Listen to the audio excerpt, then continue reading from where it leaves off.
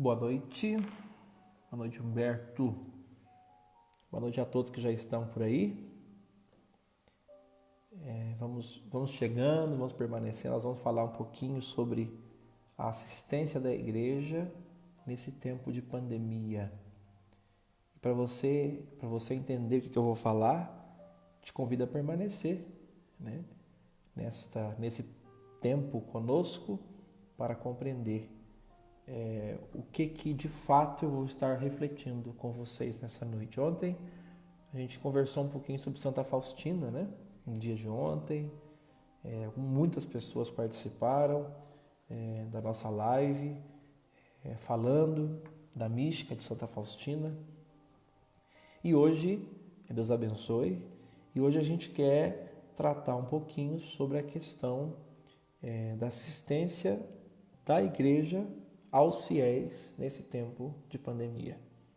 Eu tenho certeza que algumas pessoas que são frequentes na Santíssima Eucaristia, que são assíduas participantes da igreja, devem ter algumas dúvidas, vamos dizer assim, a esse respeito.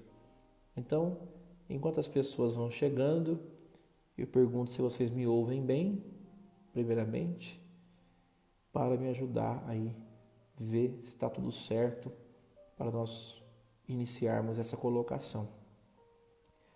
Pedir a você, se for possível, você pode criar uma sala de vídeo para essa palestra. Você pode também compartilhar essa live, né? Então, se puder fazer essa caridade, né? Ou você pode criar uma sala de vídeo para que mais pessoas que não têm a paróquia, mas têm você, possam acompanhar essa transmissão. E também você pode e deve compartilhar. Boa noite, Nil Kelly. Você pode compartilhar essa live. Então, se você puder, com essa caridade, de compartilhar essa transmissão, pode ser que mais pessoas acompanhem agora ou acompanhem também em outro momento, né?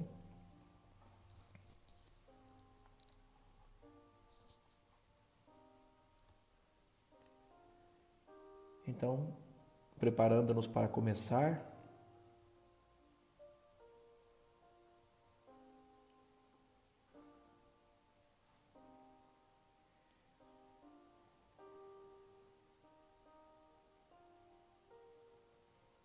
mais um pequeno instante apenas para a gente poder começar nossa palestra de hoje, nossa reflexão de hoje, sobre a assistência da igreja nesse tempo de pandemia. Tenho para mim que vai ajudar a esclarecer muitas coisas a nós que somos assíduos, né? Obrigado às pessoas que estão dando o retorno, né, a respeito da qualidade do som. Muito bom. Beleza. Vai ser muito interessante o que nós vamos falar. Boa noite, Vanderlei. Gilmara Cardoso, boa noite para vocês. A todos que estão entrando aí, uma ótima noite. Não deixe de compartilhar essa live, ou até mesmo de criar uma sala de vídeo, para que mais pessoas possam acompanhar. Lembrando, nós vamos falar sobre a assistência da igreja aos seus fiéis católicos nesse tempo de pandemia, a sua assistência religiosa, a que me refiro.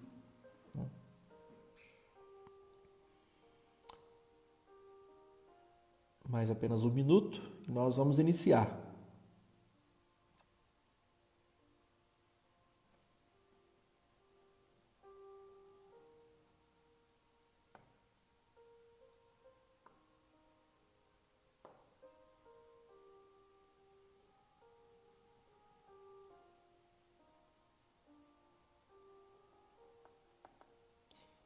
Marta Mendonça, boa noite.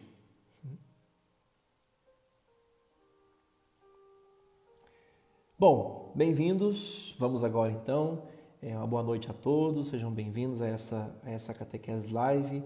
Nós vamos começar a falar a respeito da assistência da igreja nesse tempo de pandemia. Eu tenho certeza que muitos de vocês que estão me acompanhando aqui são pessoas que nas suas paróquias, nas suas cidades, aqui na nossa cidade, são pessoas que têm uma certa, ou tinham uma certa frequência na Assembleia Litúrgica, da Santa Missa, dos demais sacramentos da Igreja, né? Então, eu queria poder falar com vocês um pouquinho a respeito da assistência da Igreja, né? Como que a Igreja vai prestar assistência aos seus fiéis nesse tempo de pandemia, em que não está tendo missa nas paróquias, pelo menos na maioria delas não ainda, né? Não está havendo casamentos, não está havendo batizados, não está havendo, principalmente, na maioria dos lugares, não está havendo sacramento da confissão, não tivemos os mutirões de confissão na maioria das paróquias nesse ano, para a preparação para a Páscoa, nós não estamos tendo missas abertas para o povo, na maioria das paróquias, né? Então eu queria, em vista desse ambiente todo que nós estamos, eu queria poder falar um pouquinho de como a contas anda, vamos dizer assim, e como é que acontece a assistência da Igreja nesse tempo de pandemia. Como é que a Igreja ela administra a sua vida religiosa, uma vez que ela é dispensadora dos sacramentos da Igreja. Ou seja, a assistência da Igreja religiosa, ela se dá, sobretudo, através da administração piedosa dos sacramentos da Igreja. Nós temos que ter isso em mente, né? Como é que se dá, quando eu falo em comentar com vocês sobre a assistência da Igreja, o que eu quero me referir? Eu quero me referir à assistência sacramental, né? A Igreja, ela continua a agir em nome de Cristo no mundo, no tempo, através da administração dos sacramentos da Santa Igreja. E é muito importante nós refletirmos sobre isso, por quê? Porque nos últimos tempos, devido a essa pandemia que nós estamos vendo, por um lado, há uma criatividade muito positiva por parte das comunidades paroquiais, né? As pessoas estão se desdobrando para que as coisas aconteçam, né? Para que a Igreja continue evangelizando. E isso é muito importante, né? As pessoas estão se mexendo, os padres, as equipes litúrgicas, de modo especial as equipes de comunicação têm trabalhado, têm se debruçado sobre a preocupação de levar a palavra para as pessoas. Então, a criatividade, nesse tempo, mais do que nunca, ela está a serviço da evangelização. E isso é maravilhoso. Então, ou seja, a Igreja não deixa de prestar, de dar assistência aos seus fiéis, mesmo nesse tempo de uma série de privações a que nós estamos submetidos por motivos muito óbvios, né? Então, essa criatividade de pensar, de tentar encontrar caminhos para que a palavra chegue às pessoas, isso é muito importante. E esse é agora o atual esforço da Santa Madre Igreja, que as pessoas não deixem de serem assistidas pela Igreja, né? Mas pelo contrário, mas para que se sintam realmente amparadas pela Santa Igreja nesse momento de dificuldade. Então, essa criatividade, ela se coloca como algo muito positivo, como uma parceira da evangelização da Igreja. A criatividade, a comunicação e toda essa coisa toda. Isso é muito bom.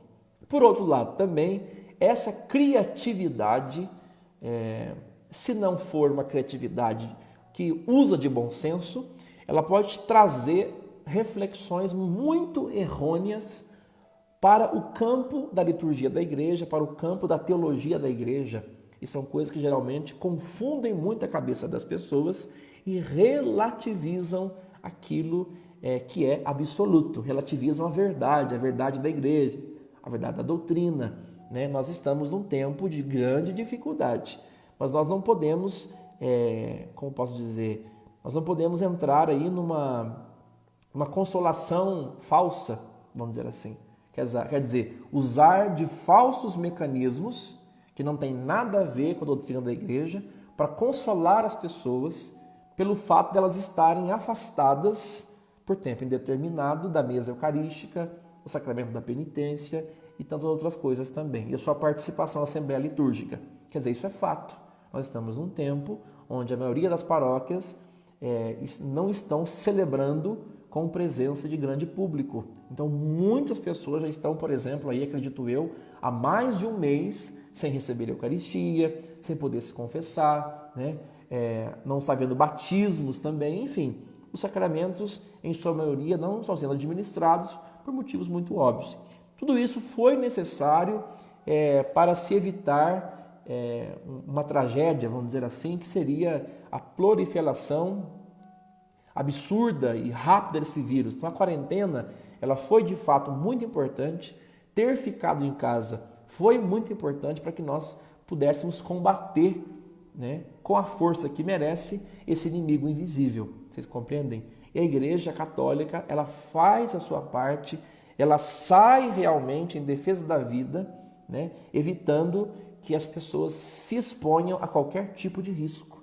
E por isso mesmo, e aí está a justificativa pela qual houve várias restrições, no nosso caso aqui de nossa Diocese de Guaxupé, através de um decreto do bispo diocesano que está vigorando até o dia de hoje, até que seja editado uma nova orientação ou um novo decreto. Então, quando eu falo de uma boa criatividade, perfeito. Agora, quando eu falo de uma criatividade negativa, o que eu quero me referir? Eu quero me referir ao seguinte, que na ânsia, com muita boa vontade, não estou julgando ninguém, pelo amor de Deus, mas com muita boa vontade as pessoas querem dar uma consolação para as pessoas que estão impossibilitadas de comungar, por exemplo. Então pegar esse fato que é predominante. As pessoas estão chateadas, magoadas, por assim dizer, por não poder se aproximar da comunhão eucarística, não poder receber a hóstia consagrada, o vinho santo consagrado. Isso é motivo de tristeza, de angústia e muito compreensível para aqueles que têm uma assiduidade na caminhada da igreja. Agora, e para tentar solucionar esse problema, entre aspas, vamos dizer assim, as pessoas começam a relativizar o sacramento. Começam a querer encontrar saídas para que as pessoas encontrem outras maneiras de receber o sacramento que não tenha que passar pelo rito do sacramento. Vocês entendem? Aqui o risco de relativizar a normativa litúrgica da igreja, que não é simplesmente normas frias e vazias, mas que está fincada na tradição da igreja, na doutrina da igreja, na compreensão litúrgica da igreja, nos livros oficiais, etc, etc. Então nós temos uma liturgia, né, que nos torna um só, né? Existem muitos aspectos que manifestam a nossa unidade enquanto igreja. E um deles é a constituição da Assembleia Litúrgica, que, vamos dizer assim, que se celebra a partir de gestos rituais, né, definidos pela igreja, fundamentados na tradição apostólica, e por isso nenhum sacerdote, nenhum leigo, nenhum teólogo tem o poder, por assim dizer, de propor ou de querer fazer criativamente, vamos dizer assim, uma reinterpretação da liturgia da igreja e muito menos dos sacramentos da igreja, que são administrados, obviamente, através de uma liturgia, através de um rito. Aliás, a eficácia do sacramento, ou seja, para que o sacramento da igreja aconteça de fato, ele acontece a partir de ritos, vamos dizer assim, né? O sacramento tem uma eficácia, mas ele se dá a partir de ritos. Então, por exemplo, começa a falar assim, você não precisa comungar da Eucaristia, você pode comungar de outras formas, você pode comungar na sua casa, você pode... Deus está em todo lugar, por exemplo, Deus está na sua casa, Deus está por todos os lados, e realmente está. Não estou negando isso, que Deus está em todos os lugares. Não estou negando a sua onipresença, de forma alguma. Deus está em todos os lugares. Agora, isso não quer dizer que o fato de Deus estar em todos os lugares, eu consigo receber o sacramento da comunhão por conta disso. Uma coisa não tem nada a ver com a outra. Estão entendendo? Né? Outra coisa também, você não precisa se confessar, porque a confissão ela é só uma expressão externa, é só uma expressão visível, vamos dizer assim, de que Deus já te perdoou. Então você não tem que preocupar em se confessar culpado, você não tem que se preocupar em procurar um sacerdote para uma confissão. Isso aí, você não precisa. O gesto de procurar o Papa para confessar é um gesto simbólico, entende? Então veja, quando eu falava de uma criatividade negativa, nociva, destrutiva, eu estou me referindo somente a isso, né? Essas conversas que podem ser até mesmo muito bem intencionadas, na ânsia de querer dar uma resposta para os desafios, né? Na ânsia de querer dar uma resposta de consolação para as pessoas, essa criatividade nociva começa a ganhar espaço. E muitas vezes até por não ter uma compreensão verdadeira, concreta, real, dos ensinamentos da Santa Madre Igreja Católica. Pois bem, para evitar esse tipo de erro e para que nós tenhamos uma santa compreensão da assistência da Igreja aos fiéis, que se dá, como já falei, na administração dos sacramentos que nos santificam e que nos comunicam a vida de Cristo, por assim dizer, os sacramentos não são cerimônias externas. Os sacramentos não são ritos externos, como a gente pode pensar ou imaginar. Eles têm uma eficácia verdadeira, ou seja, quando um sacramento é administrado, algo de sagrado acontece de fato. Tem uma eficácia nos sacramentos. Essa eficácia ela é verdadeira. São atos salvíficos, são ritos salvíficos, né? Ou seja, o que se pode dizer disso? Cristo, ele continua agindo na sua igreja por meio dos sacramentos. Quer dizer, o Cristo que, no tempo messiânico, vamos dizer assim, no tempo que ele esteve sobre a terra, vamos simplificar bem esse discurso, né? No tempo em que Cristo esteve conosco, ele realizou muitos sinais. Vocês entendem? E através desses sinais, ele agiu no meio de nós. Cristo continua agindo vivamente, eficazmente no meio de nós, através dos sacramentos que ele deixou para que se fizesse a igreja. Entende? Se constituísse a igreja, por assim dizer. E para que fossem também meios de que a graça santificante, na sua multiforme graça, fosse comunicada a nós através dos sacramentos. Então isso aqui é muito importante. E o que é um sacramento, então, padre? Vamos entender agora o que é de fato um sacramento. O sacramento, de um modo bem simples, né? Ele é um sinal que indica, que aponta para uma realidade sagrada. Entende? O sacramento, ele é um sinal que aponta, que nos direciona para uma realidade sagrada. Mas, com detalhe e uma peculiaridade muito importante. Aponta para uma realidade sagrada, mas não só. Ele torna presente essa realidade sagrada. Realiza e torna presente. Quer dizer, a realidade sagrada que o sacramento, que o sinal comunica, torna-se realmente presente e atuante na nossa vida, na vida da igreja. Aquilo é realizado, né? Aquilo que o sinal indica é realizado e atualizado no meio de nós. Então, por isso que se diz que sacramentos são sinais eficazes, porque neles o próprio Cristo é quem age. Como vai dizer a Santa Igreja, é o próprio Cristo quem batiza, é o próprio Cristo quem perdoa os pecados, vocês entendem? É o próprio Cristo quem celebra e distribui a Eucaristia. Então, a gente pode dizer assim que o sacramento, né, são como que uma mão prolongada de Cristo na vida de cada um de nós. É um canal de graça. Né? O sacramento ele é um canal de graça cujo efeito, já falei isso no comecinho, né, cujo efeito desse sacramento, ou qualquer sacramento, o efeito se dá no próprio rito. Né? Onde é que está contido o efeito do sacramento da penitência que eu recebo, por exemplo? No próprio rito do sacramento da penitência. Né? E é o próprio Cristo Jesus, autor dos sacramentos, quem garante a autenticidade, a verdade do rito que comunica essa graça.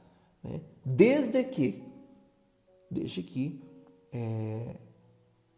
se utilize matéria e forma. Vamos entender melhor isso aqui agora, né?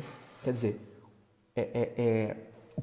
o sacramento é um canal de graça, porque ele comunica, ele realiza a graça santificante na nossa vida, se servindo de ritos, são sinais eficazes, porque é Cristo quem os realiza na pessoa do ministro ordenado, por assim dizer. Cristo garante a autenticidade desse sacramento, desde que se realize observando matéria e forma. O que é isso, Padre? Matéria e forma? Todos os 7 sacramentos da igreja têm a sua parte sensível, sua parte visível, aquilo que eu vejo, aquilo que eu posso pôr a mão, né? Aquilo que é sensível, né? Essa parte sensível de sacramentos são o que nós chamamos, elas se dividem em matéria e forma. O que é a matéria de um sacramento? A matéria de sacramento é a matéria que eu uso, é a coisa que eu uso, que eu posso ver e que eu posso pegar.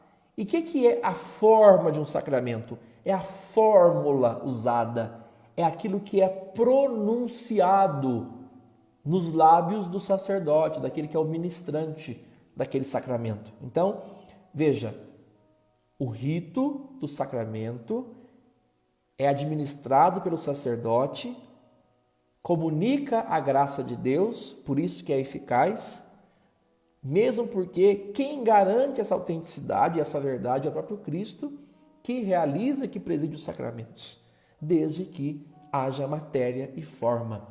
A matéria e forma são aquilo que se pode ver, são sinais sensíveis, né? Que se divide em matéria e forma.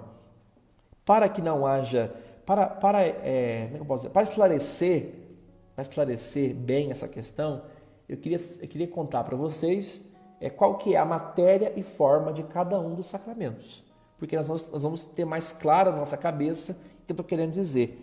Primeiramente, o batismo, né? Que é a porta de todos os sacramentos, né? Que nos torna filhos de Deus, membros do corpo místico de Cristo. Beleza. Vamos falar de um por um, porque senão o tempo não vai dar, né? Mas qual que é a matéria do sacramento do batismo? Vamos lembrar que é um sinal sensível, tanto a matéria quanto a forma. O que seria a matéria do batismo? A água. Entende? A água é um dos sinais sensíveis, no caso aqui, o principal sinal sensível, portanto se diz que ela é a matéria do sacramento do batismo. E qual que seria a forma do sacramento do batismo? Aí seria a fórmula pronunciada pelo ministro ordenado que se diz: eu te batizo em nome do Pai, do Filho e do Espírito Santo. Esse é o rito que realiza na pessoa o sacramento do batismo. Outro sacramento seria a crisma. Qual que é a matéria do sacramento do crisma? O óleo do crisma. O óleo que o bispo ou o seu delegado utiliza para ungir a fronte do jovem, da pessoa que for crismada, né? Então, o óleo do crisma é a matéria. E qual que é a forma da crisma? É a fórmula, é os dizeres. Recebe por esse sinal o Espírito Santo, dom de Deus, né? Depois a Eucaristia. Qual que é a matéria da Eucaristia? É muito óbvio, né? São o pão e o vinho consagrados na Santa Missa. Qual que é a fórmula? Aliás, qual que é a forma da Eucaristia? É a narrativa da paixão, a narrativa da última ceia, certo?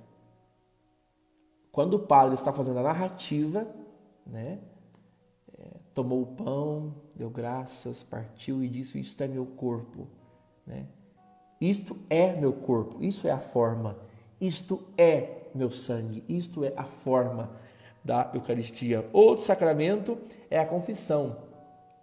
Qual que é a matéria da confissão?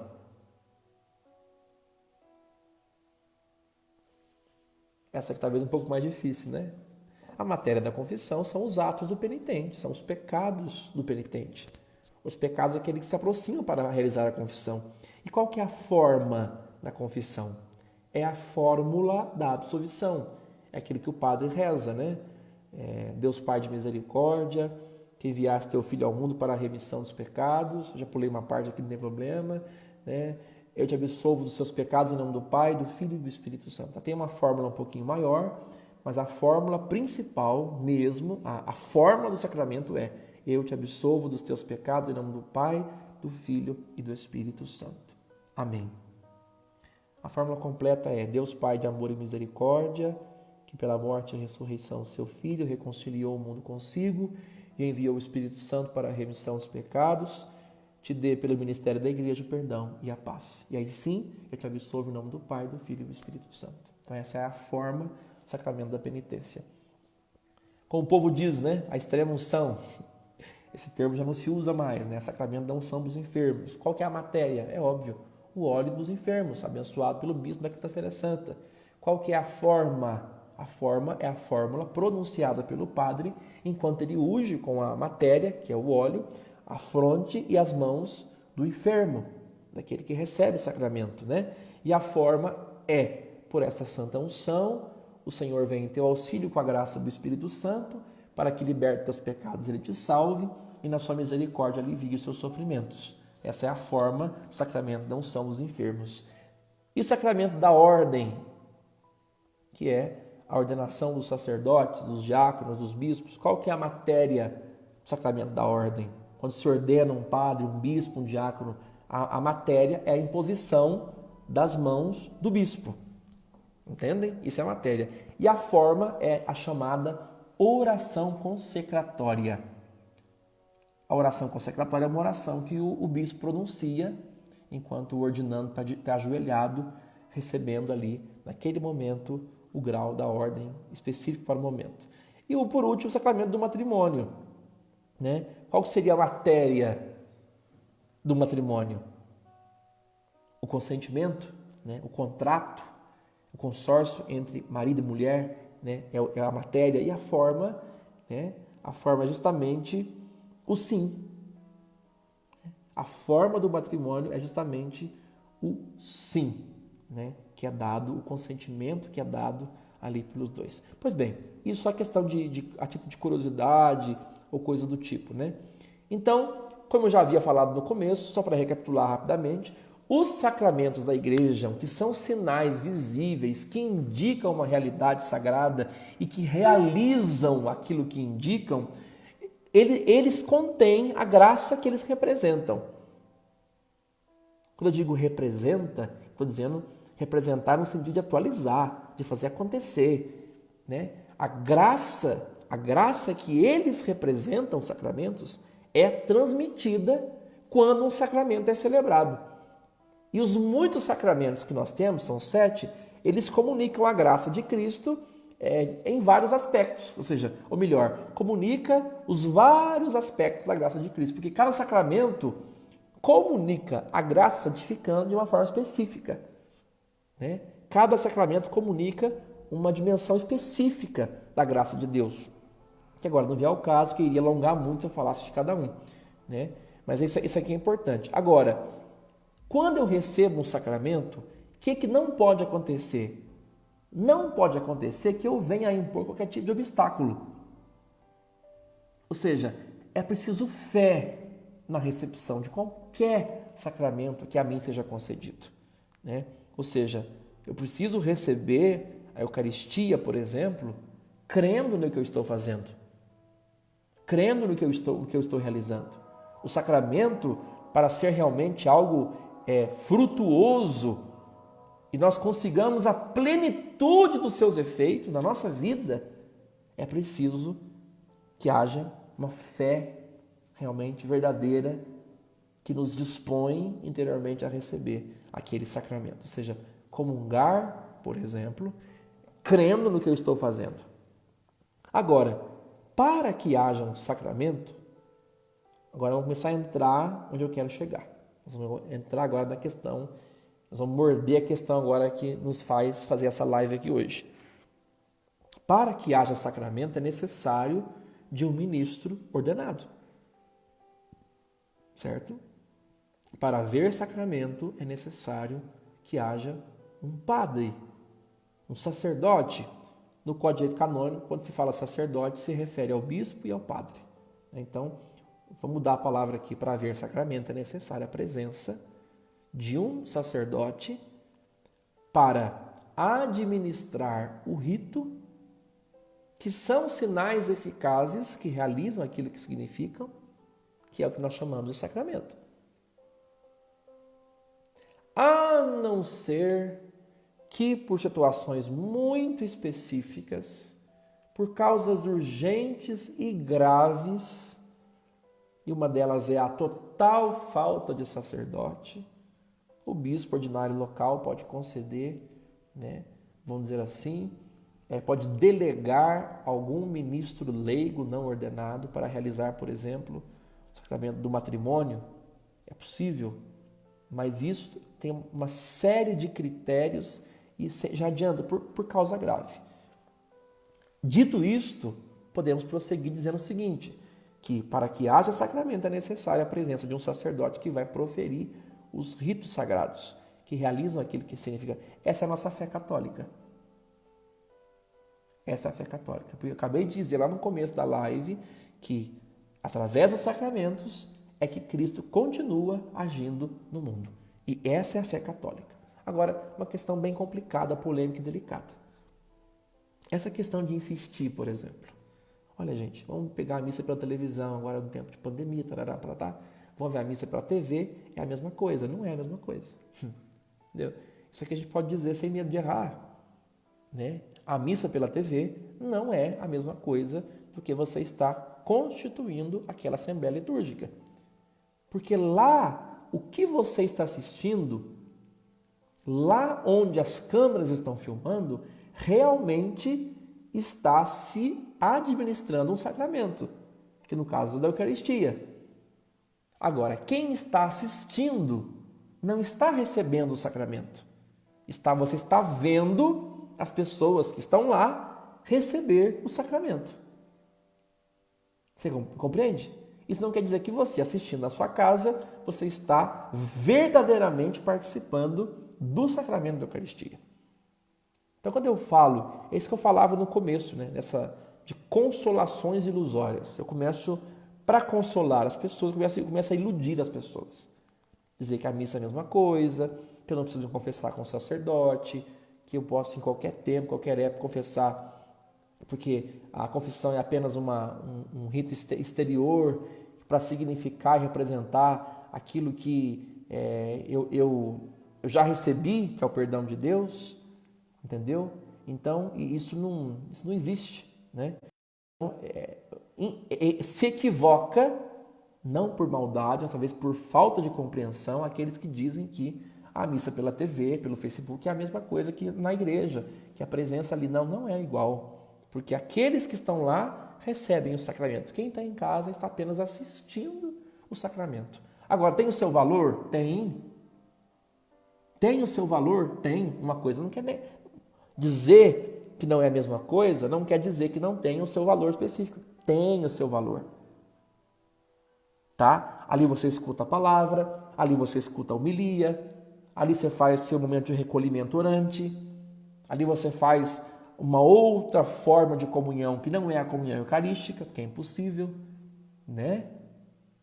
Então, mas tem o seu valor? Tem, acabei de falar. O recolhimento, a oração, escutar a palavra, ouvir a exortação do padre, do sacerdote, comungar não, mas escutar a palavra. É Cristo que fala, mas não quer dizer que eu recebi o sacramento da Eucaristia pela TV. Certo? Isso seria uma consolação ilusória. Ao invés de procurar realmente soluções concretas, nós ficamos, às vezes, iludindo o nosso povo. Agora, aqui tem um detalhe. Tem um detalhe aqui. Todo cristão católico batizado deve cumprir o preceito dominical de receber, de tomar a Santa Eucaristia participando da Santa Missa. Ou seja, não somente isso, mas todo cristão católico batizado está obrigado a participar de missa inteira, domingos, solenidades, e comungar da Eucaristia. Isso é o nosso preceito dominical, porque é a nossa Páscoa semanal. Agora, o Código de Direito Canônico, quando ele aborda a esse respeito, ele diz o seguinte, que cumpre o preceito dominical quem participa da missa de rito católico. Por causa grave, dentre essas causas, a falta, a ausência de um sacerdote, por falta grave, pode-se fazer a celebração da palavra por um ministro não ordenado, um leigo, ministro da presidência leiga ou ministro extraordinário da palavra. Também cumpre o preceito o fiel que participa da celebração da palavra que foi celebrada por um ministro leigo autorizado pelo bispo, Código de Direito Canônico. Porque por causa grave não pôde participar da Santa Missa, não tinha perto, não tem condições de chegar até na missa. Por exemplo, pessoa que mora na roça, por exemplo, que não tem condições de vir para a cidade na missa, por exemplo. E ali há várias pessoas também que não têm condições de vir para a missa. Não, se não for ter nada, eles não vão vir para a missa. Então o que se faz? Aquele ministro leigo, preparado, autorizado pelo bispo, vai celebrar a liturgia da palavra, correto? E realizar a distribuição da Eucaristia. Não quer dizer que necessariamente tenha que distribuir a Eucaristia, mas se pode, entende? Aí sim, também se cumpre o preceito dominical participando desse culto da palavra como ministro leigo. Agora, se por causa grave, diz o código, aquela pessoa não puder participar da missa e não puder ter acesso a nenhuma fração da palavra, ele cumpre o preceito realizando um momento reservado de oração privada ou em família. Vocês entendem? Então, se cumpre o preceito da missa. Por causa grave, falta grave, culto da palavra, que por causas graves está sendo realizado ali, e não por uma questão frequente, porque o Vaticano II deixa bem claro que o culto da palavra é uma necessidade pastoral. Tá? Então a gente não pode confundir as coisas, a gente não pode fazer a exceção virar regra. Tá? Isso aqui é muito importante também. Então, está explicado, né? Para eu cumprir o preceito dominical, se eu, por exemplo, vamos supor, um idoso de muita idade, não tem mais condições físicas de ir para a missa. Se ele assistir a missa na televisão, vale? Não, não vale. Não vale. Agora, é muito bom que ele veja. É fantástico que ele veja a missa na TV. É maravilhoso que ele veja a missa na TV. Pelo que eu já falei, porque tem o seu valor. Escuta a palavra, realiza recolhimento, enfim, escuta a pregação do padre. Mas aquela senhora impossibilitada de cumprir o preceito dominical, ela vai tirar um tempo do seu dia para rezar em casa, uma oração privada, uma oração particular, e dessa forma, então, ela cumpre o preceito dominical. Em alguns casos também, onde é possível, se poderá levar a comunhão para pessoas como esta, que podem receber semanalmente a comunhão na sua casa por um ministro autorizado pelo bispo, né?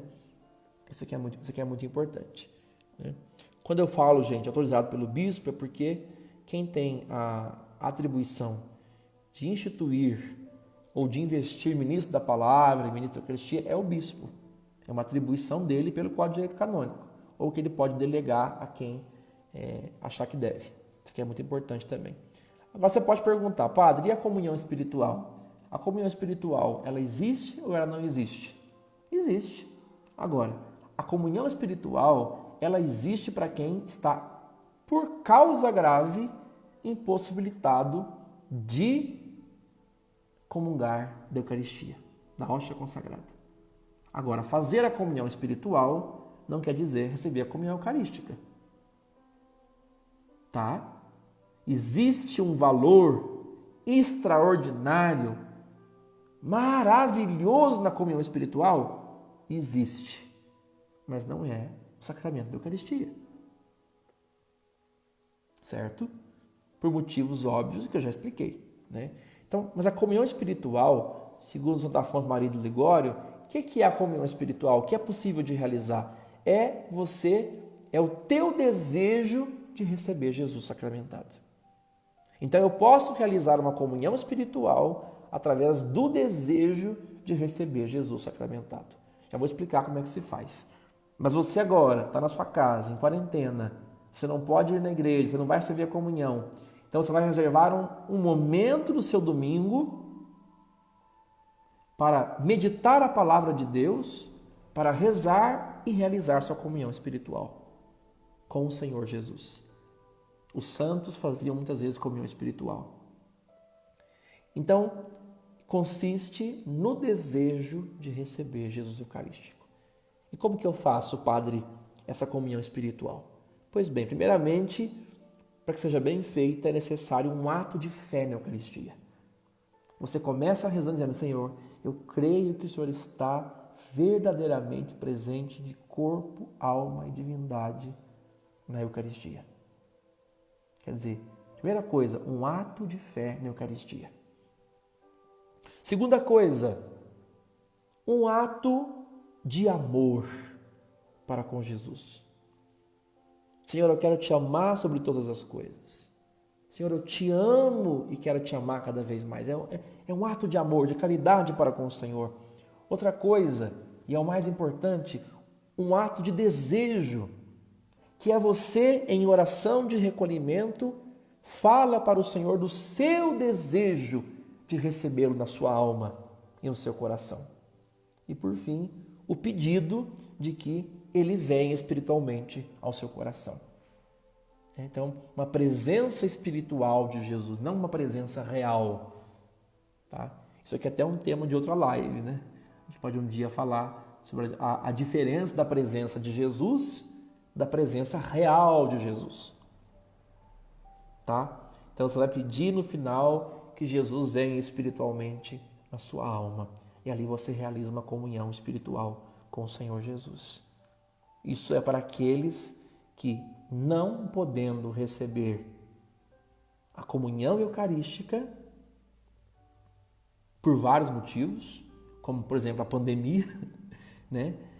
Busca a comunhão espiritual para um verdadeiro conforto na graça de Jesus.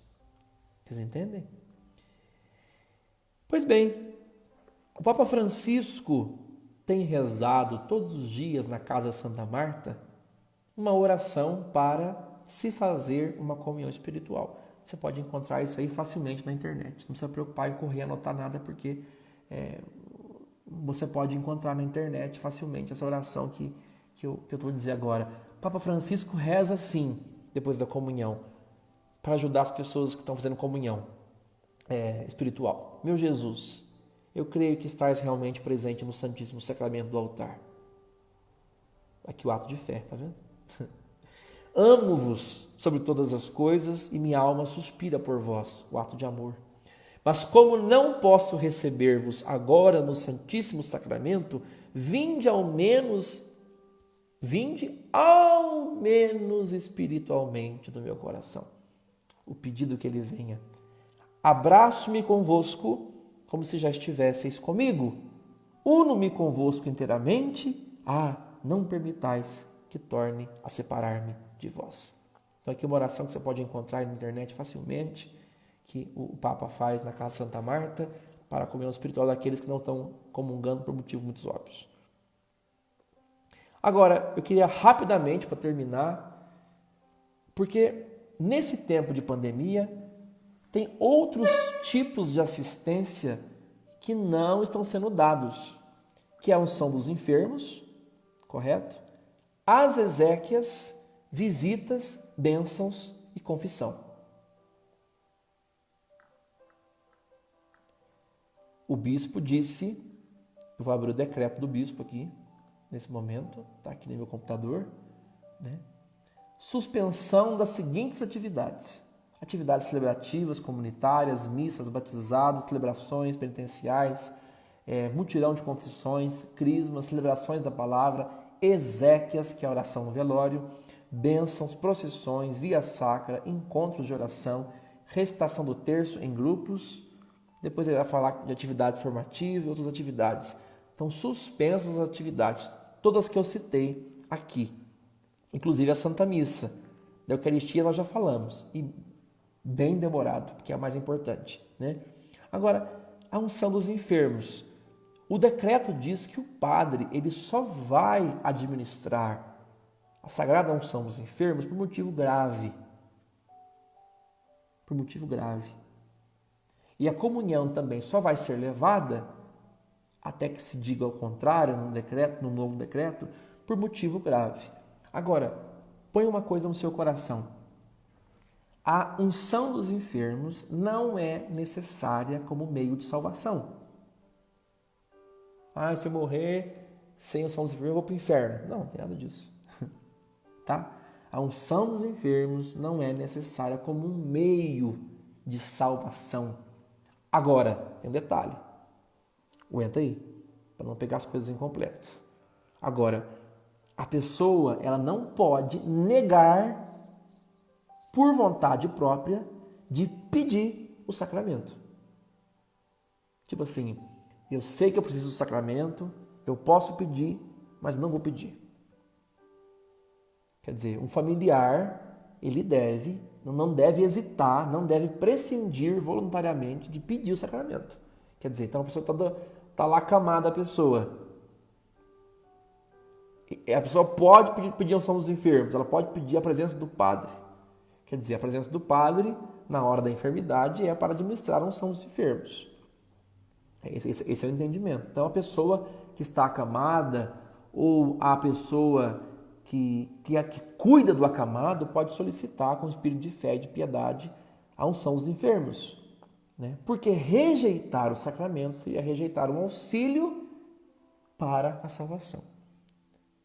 Muito embora não é necessário para a salvação, a unção dos enfermos é um auxílio para a salvação, é um sacramento de esperança para a hora da enfermidade, né? É um sacramento que ajuda o doente a sofrer na fé. Está aqui o objetivo do sacramento da unção dos enfermos: ajudar o doente a sofrer na fé, unindo o seu sofrimento ao sofrimento de Jesus, né? Também a unção dos enfermos ela pode realizar o perdão dos pecados se o doente não puder obter o sacramento da penitência, como é o caso, por exemplo, de doentes que estão, por exemplo, inconscientes. Enfim. Tá, amém, irmãos? Então, se o padre morreu minha parente, não teve unção dos enfermos, porque o padre não pôde ir, porque o padre estava na quarentena, o padre está proibido, e aí não era uma causa grave, não estava gravemente enfermo, o padre não veio, morreu sem unção dos enfermos. Não, calma, acalma o teu coração. Isso não vai ser motivo de Deus desprezar, salvar aquele que morreu sem a unção. Embora seja muito importante a unção para que a pessoa sofra na fé. Que bonito isso, né? Essa igreja é maravilhosa. As exéquias. Padre, precisa vir no velório porque fulano morreu. O senhor pode vir rezar? Não posso, porque o decreto episcopal me proíbe de fazer as exéquias nesse tempo de pandemia, até que se revogue. Então o padre está proibido, na diocese de Guaxupé, em outra diocese eu não sei, de fazer as exéquias. O que é as exéquias? As exéquias é uma celebração litúrgica que é feita no velório ou no cemitério, na casa onde tiver o corpo, né? É uma celebração que se faz para quê? Para quê? Para exprimir a comunhão da igreja com aquele que partiu. Então a celebração é mais para a igreja manifestar a comunhão com aquele irmão, com aquela irmã que agora está passando para a Páscoa definitiva com o Senhor. E levar a comunidade também a participar dessa mesma comunhão, a comunidade que está ali reunida naquele funeral, e também para anunciar a vida eterna. Agora, as exéquias não é necessária para a salvação. Morreu sem exéquias, o padre não vive as exéquias. Não, isso não vai ser motivo, isso não vai ser motivo de condenação, tá?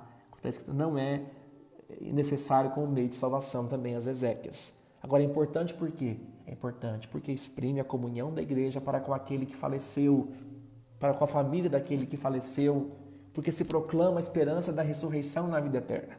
Vocês entendem? Agora, qualquer batizado, nesse tempo de pandemia, qualquer batizado, crismado, estando ali no velório, o irmão, a irmã com condições emocionais para fazer isso, pode puxar a palavra, pode fazer uma leitura bíblica, fazer um comentário, fazer um momento de prece, recitar o Santo Terço, que também exprime de outra forma a fé na ressurreição de nosso Senhor Jesus Cristo. As visitas e bênçãos também estão paradas por uma questão muito óbvia: o perigo do contágio, né? O perigo de proliferar esse vírus. Então, não há bênçãos de casa, não há bênção. O padre não está fazendo visita, a não ser, já fui nesse tempo de pandemia, já devo ter ido umas 7 vezes visitar doente. Já fui umas 2 vezes no hospital, depois que começou a pandemia, né?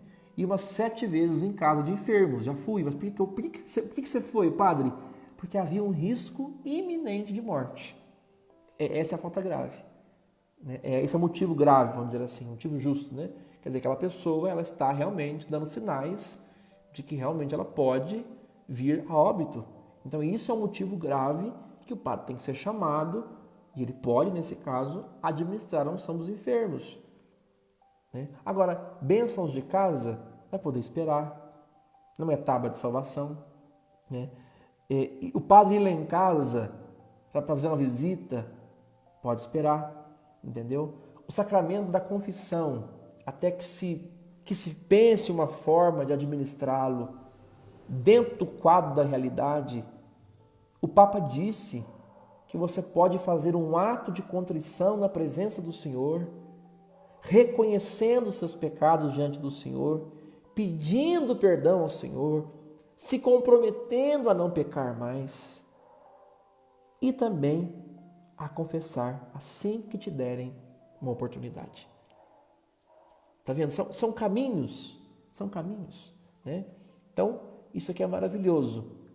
Bom, essa foi a minha reflexão nessa noite de hoje, tratando sobre a assistência da igreja nesse tempo de pandemia. Quero agradecer a sua paciência, espero do fundo do meu coração que tenha sido útil para você essa reflexão, essa orientação, e para que você se alegre de perceber que a igreja continua sendo um sinal vivo do Cristo vivo e ressuscitado, mesmo quando os sacramentos não podem ser administrados como costumeiramente se faz. Vocês entendem? Então, é muito polêmico essa questão, né? Agora tem uma tendência que está se despontando aos pouquinhos de algumas paróquias que vão começar a rezar missa para 30 pessoas, por exemplo. Ou, em alguns lugares também, para 30% da capacidade da igreja. Mas o que me preocupa, embora isso seja uma ótima iniciativa, porque em alguns municípios onde houve uma flexibilização da quarentena, por decreto, está se permitindo que também em templos religiosos se faça aglomerações de até 30% da capacidade do local. Agora, o que me preocupa é como que nós vamos selecionar essas pessoas para vir à missa.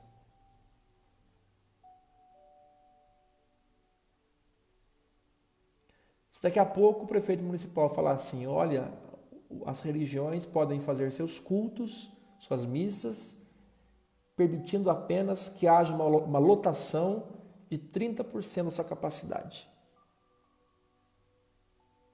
E como é que nós vamos separar quem pode e quem não pode entrar?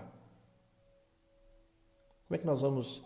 Tem até um artigo que eu queria indicar para vocês, do Dom José Carlos, bispo de Divinópolis. Ele fala a esse respeito. Como é que nós vamos... Você vai poder vir na missa, você não vai poder não. Você entra, você vai ficar de fora. Você não pode entrar, que você está idoso. Você está tossindo, você não vai poder entrar na igreja, não. Você é diabético, você não tem direito de participar da missa. Quer dizer, muito bela a iniciativa, muito justa a preocupação, mas que tem problemas têm que ser resolvidos. Até que a gente consiga encontrar caminhos, a gente precisa rezar bastante para que Deus nos dê sabedoria e pedir a Nosso Senhor que nos livre desse mal quanto antes, que é o que nós mais queremos, acredito eu. Enquanto isso não acontece, continuemos rezando em casa, continuemos na comunhão espiritual, que agora nos é permitido, continuemos cumprindo o preceito dominical na oração privada, meditando a palavra de Deus. Enfim, é isso. Nos encontraremos em outros momentos também, para outras catequeses e outros esclarecimentos. Se você gostou da live, pode compartilhar. Se por acaso a live te fez bem, te ajudou, aperta aí compartilhar, para que depois outras pessoas possam também acompanhar essa transmissão. A vossa proteção recorremos, Santa Mãe de Deus. Não desprezeis as nossas súplicas em nossas necessidades, mas livrai-me sempre de todos os perigos, ó Virgem gloriosa e bendita. Amém. O Senhor esteja convosco, Ele está no meio de nós. Abençoe o Deus poderoso, Pai, Filho e Espírito Santo. Amém. Meus irmãos, boa noite para você. Que Deus te abençoe.